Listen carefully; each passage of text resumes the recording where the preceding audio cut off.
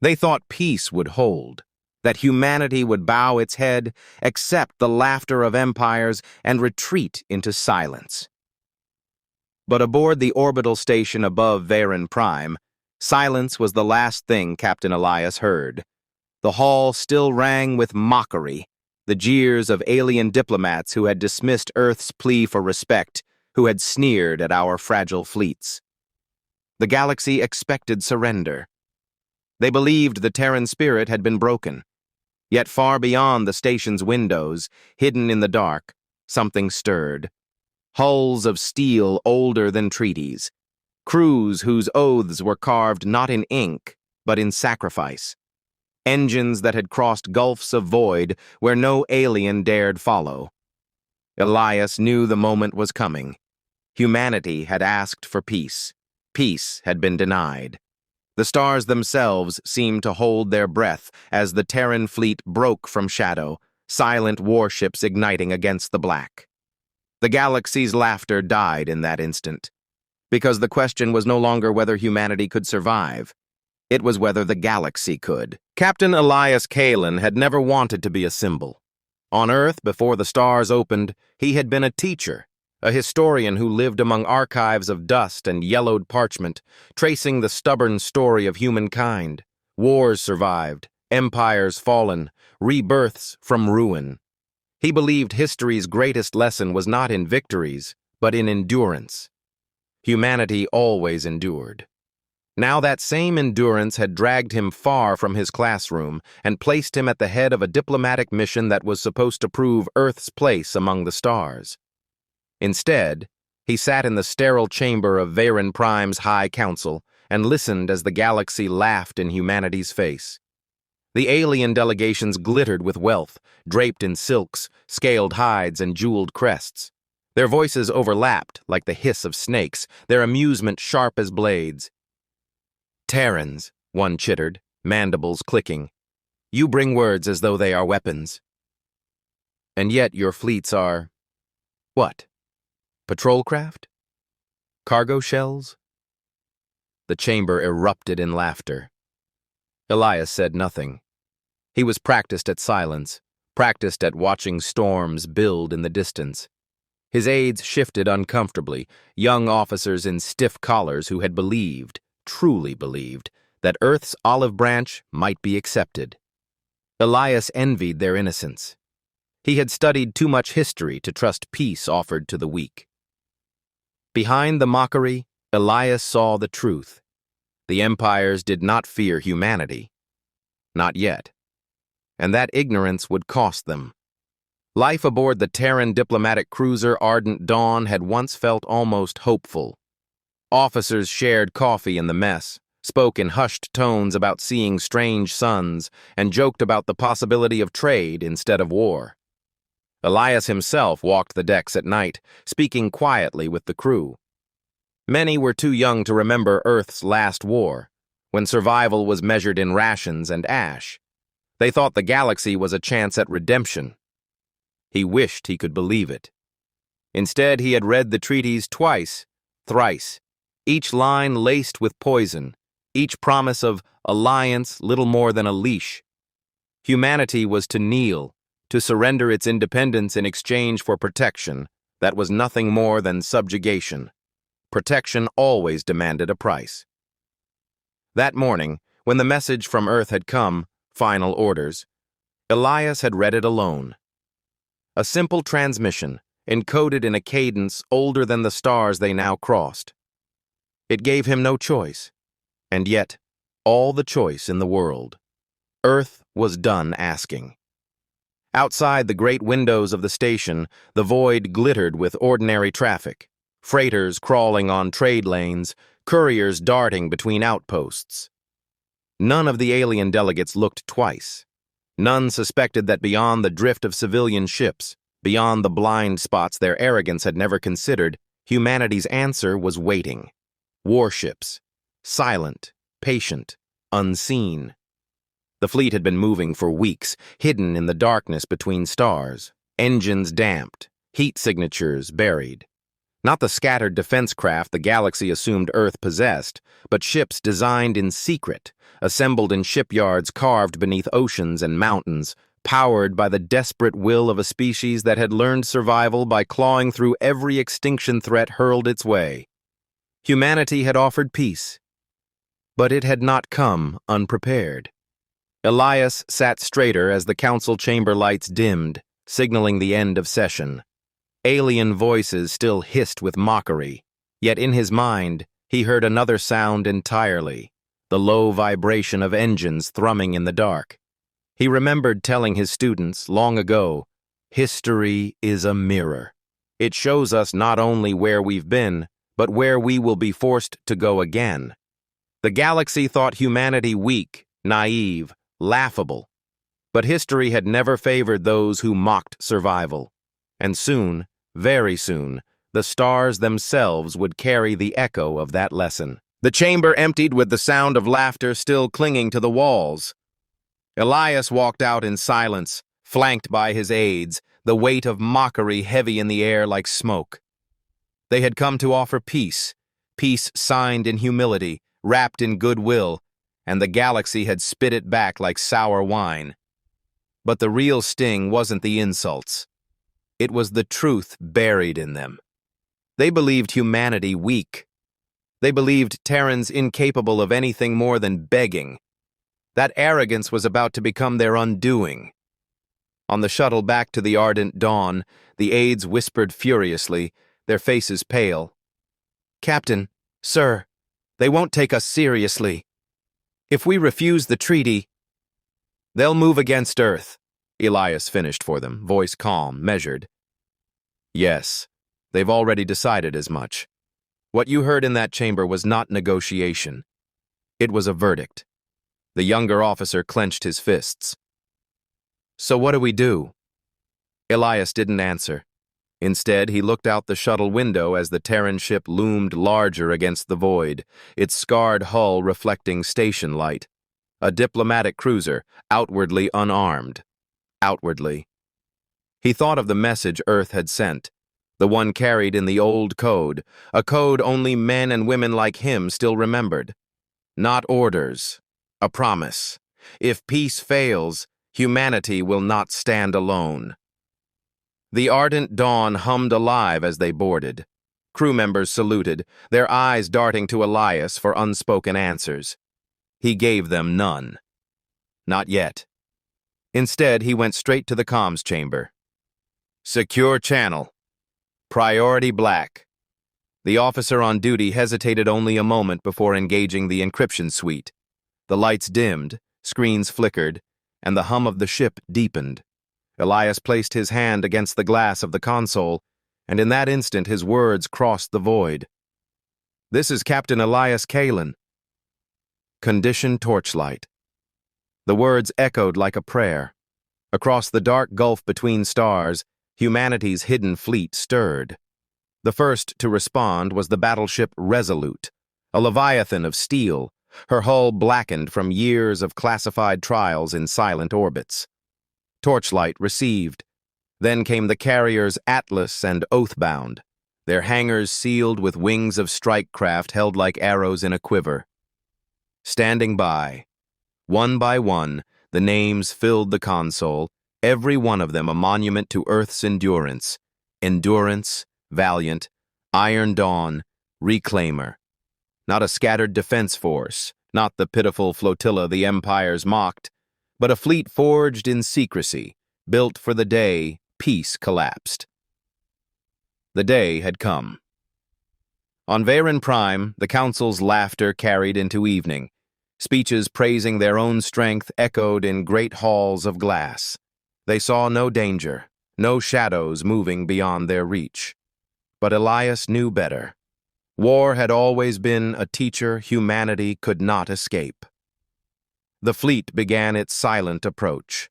Engines flared only in whispers, gravity wells bending as the warships slid into the outer system. No transmissions, no signals, only the cold drift of iron and will. Elias walked the length of his ship, watching his crew. They moved with a quiet urgency, their fear buried beneath discipline. Young men and women whose grandparents had survived Earth's last great war. Their blood carried memory, even if their hearts did not yet know it. He stopped by the observation deck, where Lieutenant Varga stood staring at the stars. "First time seeing them from out here?" Elias asked. She nodded. "They look different, cold, like they're waiting for something." "They are," Elias said softly. The waiting didn't last. It began with a transmission intercepted by the Resolute. The Varen Council, smug in their chamber, had already drafted a declaration. Humanity's refusal to accept their protection was to be punished. A fleet was to be dispatched, smaller, but armed with enough force to shatter Terran colonies like glass. "They move quickly," Varga whispered, reading the decrypted words. "They always do," Elias replied. "Predators strike when they think the prey is cornered." He leaned closer, his voice low, almost reverent. "But humanity has never been prey." The tactical decisions began. "Pull the Atlas and Oathbound to flank positions," Elias ordered over the encrypted net. "Keep their signatures cold until the enemy fleet is committed." "Acknowledged." "Resolute. Maintain shadow orbit until signal. You'll lead the hammer." "Understood." Piece by piece, the trap was set. The galaxy thought itself prepared to crush Terrans with a single blow. But Elias and his fleet had chosen their battlefield. When the alien flotilla left Varen Prime, 30 ships in proud formation, their engines blazing bright, humanity's answer followed, invisible in the dark. On the bridge of the ardent dawn, time slowed. Each report from the fleet felt like the tightening of a bowstring. "They're entering the corridor, Captain." "Range?" "Within striking distance in 3 minutes." The crew shifted, their breath shallow, their eyes locked on him. Elias stood at the center, hands clasped behind his back. Calm, steady, as though he had walked these halls 1,000 times before. "Hold," he said. The alien fleet advanced, unaware. They believed themselves the hunters. Elias waited until the enemy ships crossed the marker. His voice dropped like iron. "Signal the fleet." Torchlight. What followed was silence, then fury. The void erupted as Terran warships lit their engines in unison, shadows bursting into flame. Carriers opened their bellies, vomiting squadrons of strike craft that streaked like meteors across the black. The Resolute emerged from eclipse, cannons glowing, and unleashed the first volley. The galaxy's laughter died in a single heartbeat. Alien ships staggered under the sudden assault, shields flaring, hulls cracking, their formations shattered. For the first time, they realized, too late, that humanity had come with more than words. But victory was never guaranteed. Alien warships adapted quickly, rallying with practiced efficiency. Blinding beams slashed across the void, hammering Terran shields. Fighters clashed in swarms, turning the stars into burning clouds of wreckage. "Atlas, under heavy fire." "Enemy cruisers breaking through the flank." "Reclaimer's engines hit. She's losing maneuvering." The bridge shook with every impact, consoles sparking, alarms wailing. Elias gripped the railing, his voice unshaken. "Reposition the Iron Dawn. Cover the Reclaimer. All carriers. Launch reserves, orders flew, lives moved like pieces on a board. Every decision was a weight, every sacrifice calculated. Humanity had always fought like this. Never with overwhelming numbers, but with precision, with cunning, with the stubborn refusal to break. Then came the moment Elias had been waiting for. "Captain, the enemy flagship is exposed. Their escort line has collapsed." He saw it on the tactical screen. A massive vessel, larger than any Terran ship, its hull bristling with weapons, its arrogance written in every design line. It had been built to intimidate lesser races. Now it drifted vulnerable, its shields flickering. Elias's voice cut through the chaos. "Resolute, fire everything you have." The battleship answered with a roar that spanned the void. Beams and torpedoes tore into the alien flagship, ripping through decks, detonating core chambers. For a heartbeat, the stars themselves seemed to burn. Then the great vessel cracked apart, its death cry echoing across every channel. The alien fleet faltered. And yet, Elias knew it was far from over. "Multiple enemy reinforcements inbound," the comm officer shouted. "A full sector fleet, hundreds of ships." The crew froze. Hope, just kindled, threatened to gut her out. Elias looked at the screen, at the swarm of signatures flooding in. The galaxy had underestimated them once. It would not again. But humanity did not stand alone. Not anymore. He leaned forward, his voice steady, iron carved into every word. "Then let them come." The stars flared with the arrival of Earth's hidden reserves, more warships unfolding from jump corridors, their hulls blazing with the defiance of a species that refused to kneel. The galaxy thought it faced a fragile race of diplomats. What it faced now was something far older, far more dangerous. A species forged in fire. A species that endured. As the enemy reinforcements descended, the void filled with fire and fury, and humanity's warships moved into formation. The true battle, the one that would decide whether Terrans stood as equals or ashes, was about to begin. The void blazed with war. What had begun as a skirmish was now an inferno stretching across the stars. Alien reinforcements poured in, their numbers dwarfing even the Terran fleet's careful preparations. Hulls clashed, beams raked across the black. Carriers spewed fighters until the void itself seemed alive with streaking fire. On the ardent dawn, alarms screamed. Sparks burst from consoles, acrid smoke stung the crew's eyes. The ship shuddered under another near hit, and yet Captain Elias Kalin stood firm, hands gripping the railing, eyes fixed on the battle unfolding beyond the viewport. "Shields at 30%. Casualty reports streaming in from the Atlas and Iron Dawn." Elias's voice cut through the noise, calm, unbreakable. "Hold formation." No ship fights alone. It was humanity's creed, one he had carried since the classroom. History had shown again and again, unity was survival. The galaxy saw only small numbers, fragile ships, and thought them weak. But humans had learned long ago that survival was never about size. It was about standing shoulder to shoulder, even when the sky fell. The alien fleet surged forward in coordinated waves. Dozens of ships locked their fire on the Resolute, determined to bring down humanity's greatest weapon. The battleship staggered, her armor melting under relentless bombardment. "Resolute is taking critical damage," Varga shouted, eyes wide with fear. "Signal them," Elias ordered. "Tell them to hold for 60 seconds more." "Captain, they won't last." "They will," Elias said quietly, his voice a weight of certainty. "They know what waits if they fall. 60 seconds, the longest of their lives." The Resolute roared defiance, cannons spitting light even as her hull fractured. Enemy beams pierced her decks, venting crew into the void, but still she fired. Still she endured. Then, at the mark Elias had waited for, the trap was sprung. "Oathbound, execute the strike!"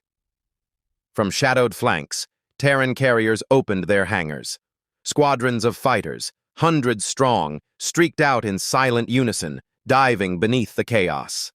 They darted past enemy cruisers, weaving through fire, every pilot flying with precision born not from arrogance, but desperation. They hit the enemy's rear like a tidal wave. Explosions ripped through fuel depots and reactor cores. Alien ships spun out of formation, burning, scattering. The flank collapsed. Cheers erupted across the ardent dawn, but Elias didn't smile. His eyes tracked the holomap, watching the enemy adapt, regroup, and rally again. For every ship they destroyed, 3 more seemed to loom out of the void. This was the moment, the fulcrum of the battle. Either they broke the enemy here, or Earth's hope died in the ashes of its first stand. "Status on the alien command ship?" Elias demanded. "Central flagship is holding position behind their fleet. Shields at 80%, there it was. The heart of the beast. Cut it out and the body would falter. But the cost..." Elias's gaze swept his crew. Young faces, tired faces, bloodied but unbroken. The decision pressed down like gravity itself. "Prepare the ardent dawn for ramming speed." The bridge went still. "Captain, you can't..." Varga's voice broke, disbelief thick in her throat. Elias looked at her, eyes steady, voice even. "History demands sacrifice. If the fleet is to live, someone must cut the throat of the beast. That duty falls to us." The crew didn't argue further. They only moved. Because that was what Terrans did. They bore the unbearable, shouldered the impossible. The ardent dawn turned, her battered hull aligning with the massive silhouette of the alien flagship. Alarms wailed, red lights bathed the bridge, the ship groaned as power was diverted to engines. The enemy saw too late. Beams lashed out, tearing chunks from the Terran cruiser, but she surged forward still, bleeding fire and fury. "Give me everything," Elias ordered. Engines screamed, the deck shuddered, the stars blurred. At the last moment, he opened the comm to the fleet. His voice carried through static and fire, a message etched into the bones of every soul who heard it. "Remember this day. Remember what it cost. Humanity does not kneel. Humanity endures." The ardent dawn struck. The impact was a sun's birth. Explosions ripping across the alien flagship's hull, reactors overloading, shockwaves tearing it apart from within. For an instant, the void was white fire. When it cleared, both ships were gone. Then slowly, impossibly, the alien fleet began to break. Without their command ship, their coordination fractured. Terran warships pressed the advantage, cannons blazing, fighters hunting crippled vessels like wolves in the snow. One by one, the enemy ships either burned or fled into the void. The tide had turned. But the cost? On the Resolute, battered and bleeding, Admiral Rains lowered his head. The comms officer whispered through tears, "The ardent dawn. She's gone." Rains closed his eyes. Elias Kalen's sacrifice had saved them all. The fleet lived. Earth lived. Humanity stood unbroken before the galaxy. And yet, in the silence that followed, one truth echoed louder than any victory cheer. If this was humanity's opening move, what would the galaxy do when the war truly began? The stars burned with wreckage and fire, the Terran fleet standing bloodied but victorious. Yet every commander knew this was only the beginning. The galaxy had mocked humanity's diplomacy. Now it had tasted their warships, and war was far from over. The silence after war is never quiet. It lingers like smoke, hanging heavy over every corridor, every ruined station, every mind that survived the storm. The Galactic Council's chambers, once a cathedral of diplomacy, now lay fractured. The polished marble floors bore scorch marks. The high archways carried the cracks of plasma fire, and in the center, where once speeches of unity had echoed, now sat only the wreckage of shattered illusions. Yet in the wreckage, humanity still stood. Admiral Kalen walked through the aftermath with measured steps. His uniform was torn at the shoulder, singed along the hem. His face was drawn from sleepless nights and the weight of decisions no human should ever be asked to make. But his eyes, those carried the unshaken steel of his people. Around him, alien envoys watched in silence. Some looked on with fear, others with something far more dangerous to entrenched empires, hope. For when the galaxy had demanded humanity kneel, humanity had brought warships instead. And when those warships thundered across the stars, the galaxy learned what every human child already knew. Earth does not survive by surrender. It survives by standing together. One counselor, his robes shredded, stepped forward. His voice trembled not with fear, but awe. You should not have won. The numbers. The fleets. No one resists them. Kalen's jaw tightened. Then perhaps you've misjudged what no one means. That line would echo for generations. But in the moment, it was not pride he carried. It was grief. For every victory had a cost. For every warship that returned, another drifted in silence among the stars, a tomb to human sacrifice. And the galaxy, once so certain of its dominion, was forced to reckon with a new truth. Humanity was not just another world, another colony, another species to tame. Humanity was the storm they thought impossible. Whispers spread across alien worlds. Songs were sung in marketplaces, stories carried by traders, rebellions sparked in hidden alleys. The tales grew larger with every retelling, the humans who walked into peace talks and left with the galaxy shaken. The fleet that burned brighter than suns, the people who defied inevitability. Kalen knew the myths would grow. He knew humanity would be painted as both monsters and saviors. Perhaps both were true. Perhaps neither. But as he looked out at the stars, one truth carried him forward. This was not the end of humanity's story. It was only the beginning of how the galaxy would remember them. And in that memory, there was power. Children born on distant worlds would whisper human names as if they were spells of defiance. Leaders would weigh every decision with the question, what if the humans come? And empires would falter not from the strength of fleets alone, but from the knowledge that somewhere, somehow, humanity still endured. Kalen finally stepped outside the chamber. The stars stretched before him, cold and endless. His ship waited, a vessel scarred from battle yet unbroken, like the people it carried. He whispered to the void, not as an admiral, but as a man who bore the weight of history. We came in peace. You forced us to war. Now you will learn what it means when humanity chooses both. And with that, the warship engines thundered once more, not in conquest, but in warning. The galaxy had learned humanity's strength. What it had yet to learn was humanity's mercy. And mercy is always a choice.